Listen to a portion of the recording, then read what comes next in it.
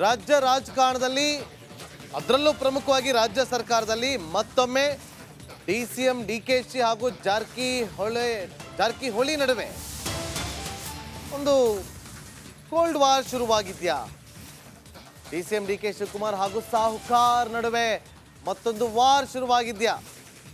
ಈ ಬಾರಿ ಪಟ್ಟು ಸಡಿಲಿಸದಂತೆ ಹಠಕ್ಕೆ ಬೀಳ್ತಾರ ಸತೀಶ್ ಜಾರಕಿಹೊಳಿ ಅವರು? ಇದು ರಿಪಬ್ಲಿಕ್ ಕನ್ನಡದಲ್ಲಿ ಮಾತ್ರ ಮಹಾ ಸ್ಫೋಟಕ ಸುದ್ದಿ. ಉರಿಯೋ ಬೆಂಕಿಗೆ ತುಪ್ಪ ಸುರಿದಂತಾದ ಟನಲ್ನ ಕಾಮಗಾರಿ. ಗ್ಲೋಬಲ್ ಟೆಂಡರ್ ಮೂಲಕ ಟನಲ್ ಮಾಡಲು ಡಿಕೆ ಶಿವಕುಮಾರ್ ಅವರು ತಯಾರಿ ನಡೆಸಿದ್ದಾರೆ. ಆ ಟನಲ್ನ ಕ್ರೆಡಿಟ್ ಪಡೆಯಲು ಹೊರಟಿರುವಂತ ಡಿಕೆ ಶಿವಕುಮಾರ್ ಅವರು. ಆದರೆ NHAI ಮೂಲಕ ಕಾಮಗಾರಿ ನಡೆಸಲು ಸತೀಶ್ ಜಾರಕಿಹೊಳಿ ಪಟ್ಟು.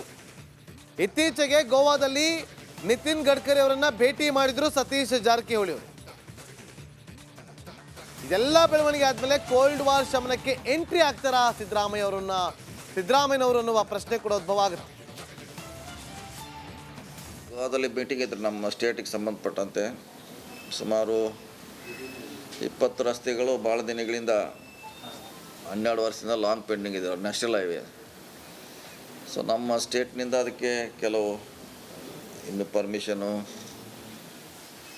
ಕೆಲವರಿಗೆ ಫಾರೆಸ್ಟು, ಲ್ಯಾಂಡ್ ಎಕ್ವಿಷನು, ಬೇರೆ ಬೇರೆ ಇಶ್ಯೂಗಳಿಂದ ನಿಂತಿದೆ. ಅದಕ್ಕಾಗಿ 3 ಮಂತ್ಸ್ ಟೈಮ್ ತೊಗೊಂಡು 3 ತಿಂಗಳಲ್ಲಿ ಅದನ್ನೆಲ್ಲ ಸರಿ ಮಾಡಿಕೊಡ್ತೀವಿ. ಸೊ ಸರಿ ಮಾಡಿಕೊಡ್ತೀವಿ, ನೀವು ಕೆಲಸ ಪ್ರಾರಂಭ ಮಾಡಕ್ಕೆ ಹೇಳಿದ್ದೀವಿ. ಸೊ ಈಗ ಅದ್ರ ಬಗ್ಗೆ ನಾವು ಕೂಡ ಬೆಂಗಳೂರಲ್ಲಿ ಸಭೆ ಮಾಡಿದ್ದೀವಿ. ಆದಷ್ಟು ಬೇಗ ಅವ್ರಿಗೆ ಹ್ಯಾಂಡ್ ಓವರ್ ಮಾಡ್ಲಿಕ್ಕೆ ಪ್ರಯತ್ನ ಮಾಡ್ತೀವಿ.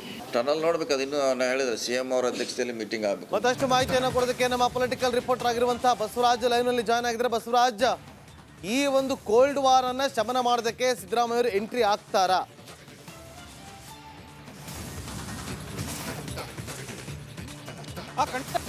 ಈಗ ಕೋಲ್ಡ್ ವಾರ್ ಆಗಿ ಡಿಕೆ ಶಿವಕುಮಾರ್ ಮತ್ತು ನೇರ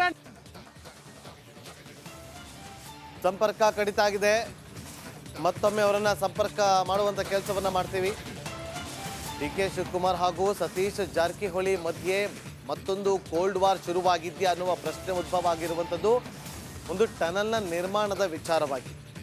ಆ ಟನಲ್ ನಿರ್ಮಾಣ ವಿಚಾರವಾಗಿ ಸಮರ ಆಗ್ತಾ ಇದೆಯಾ ಇಬ್ಬರ ನಡುವೆ? ಯಾಕಂದ್ರೆ ಪಟ್ಟು ಹಿಡಿದು ಕೂತಿದ್ದಾರೆ, ಹಠಕ್ಕೆ ಬಿದ್ದಂಥವರಂತೆ ಕಂಡು ಬರ್ತಾ ಇದೆ ಸತೀಶ್ ಜಾರಕಿಹೊಳಿ ಅವರ ನಡೆ. ಯಾಕಂದ್ರೆ BBMPಯಿಂದ ಗ್ಲೋಬಲ್ ಟೆಂಡರ್ ಕರೆಯೋದಕ್ಕೆ ಪ್ಲಾನ್ ಅನ್ನ ಮಾಡಿಕೊಳ್ಳಲಾಗಿದೆ. ಮತ್ತೊಮ್ಮೆ ಸಂಪರ್ಕಕ್ಕೆ ಸಿಕ್ಕಿದ್ದಾರೆ ನಮ್ಮ ಪೊಲಿಟಿಕಲ್ ರಿಪೋರ್ಟರ್ ಬಸವರಾಜ್ ಮಾಹಿತಿ ಕೊಡ್ತಾ ಇದ್ರಿ, ಕಂಟಿನ್ಯೂ.